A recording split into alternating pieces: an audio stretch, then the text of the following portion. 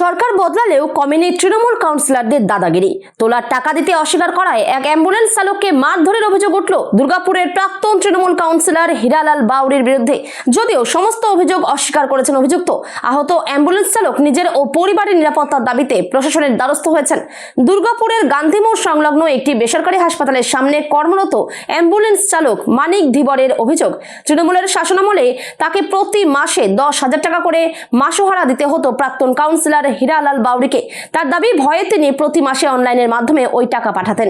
মানিক ধীবরের আরো অভিযোগ, সরকার পরিবর্তনের পর তিনি আর ওই টাকা দিতে রাজি না হওয়ায় সম্প্রতি মদ্যপ অবস্থায় অভিযুক্ত তাকে রাস্তায় ফেলে মারধর করেন।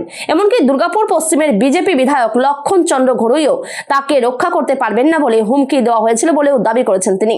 নিজের ও পরিবারের নিরাপত্তা চেয়ে তিনি প্রশাসনের কাছে আবেদন জানিয়েছেন। অন্যদিকে সমস্ত অভিযোগ সম্পূর্ণ ভিত্তিহীন ও রাজনৈতিক উদ্দেশ্য প্রণোদিত বলে উড়িয়ে দিয়েছেন অভিযুক্ত প্রাক্তন তৃণমূল কাউন্সিলর হীরালাল বাউরি। এদিকে ঘটনার তদন্ত করে অভিযুক্তের বিরুদ্ধে প্রয়োজনীয় আইনি ব্যবস্থা নেওয়ার দাবি জানিয়েছেন দুর্গাপুর পশ্চিমের বিজেপি বিধায়ক লক্ষণ চন্দ্র ঘড়ুই। তার বক্তব্য, অভিযোগের সত্যতা মিললে অবিলম্বে পুলিশকে অভিযুক্তকে গ্রেপ্তার করা উচিত। ইতিমধ্যেই আহত অ্যাম্বুলেন্স চালক ইমেলের মাধ্যমে পুলিশের কাছে লিখিত অভিযোগ দায়ের করেছেন। এখন দেখার অভিযোগের ভিত্তিতে পুলিশ কি তদন্ত করে এবং অভিযুক্তের বিরুদ্ধে পরবর্তী কি পদক্ষেপ গ্রহণ করে। থেকে আতঙ্ক একদম আমাকে জানান মেরে দেবে বলেছে। কে বলেছে? হীরা বাউরি, কে? পিয়ন কাউন্সিলর ফরিদপুর কোন দলে? তৃণমূলে। ওই আমি তুলা দিচ্ছি না, 3 মাস ধরে বন্ধ করে দিয়েছি।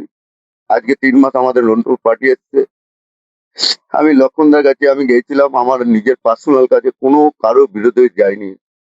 ও বলেছে, কালকে এসে বলছে তুমি লক্ষণদার অফিসে গেছো, তোর বাপ বাঁচি নেবে, দেখে নেবো, এরকম হুমকি দিচ্ছে। আমি কি করে বাঁচবো? মারধর হয়নি, আরো ওখানে মানে অ্যাম্বুলেন্স ওনারা ছিল, তাদেরকে জিজ্ঞেস করেন। আর তোলা দিন দিকে তো তোলা দেয়নি, আর তোলা আমার দরকারও নেই। যারা রাত্রেবেলায় দিনের বেলায় সাধু সাজ দেয়, আর রাত্রেবেলায় মেয়ে সাপ্লাই দেয়, মেয়ে ব্যবসা করে, সেই সব লোকের কাছে আমার টাকা পাবনা কি কোনো ইয়ে নেই। ঠিক আছে, পুরোপুরি মানে মিথ্যা, পুরোপুরি মিথ্যা।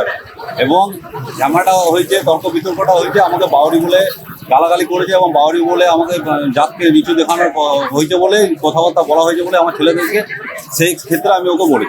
আমি খবর পেয়েছি, আমি পুলিশকে এক্ষুনি বলছি কেন বাধ্য করা হলো।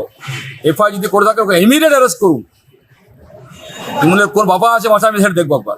মজা পেয়ে গেছে তোলাবাজি, একটা তোলা তো যাবে না, নেওয়া যাবে না, ক্লিয়ার বলে দেওয়া হয়েছে। তারপরেও যে ঘটনা ঘটেছেন এর বিরুদ্ধে পুলিশ তদন্ত করে উপযুক্ত ব্যবস্থা গ্রহণ করার জন্য আমি জানাচ্ছি।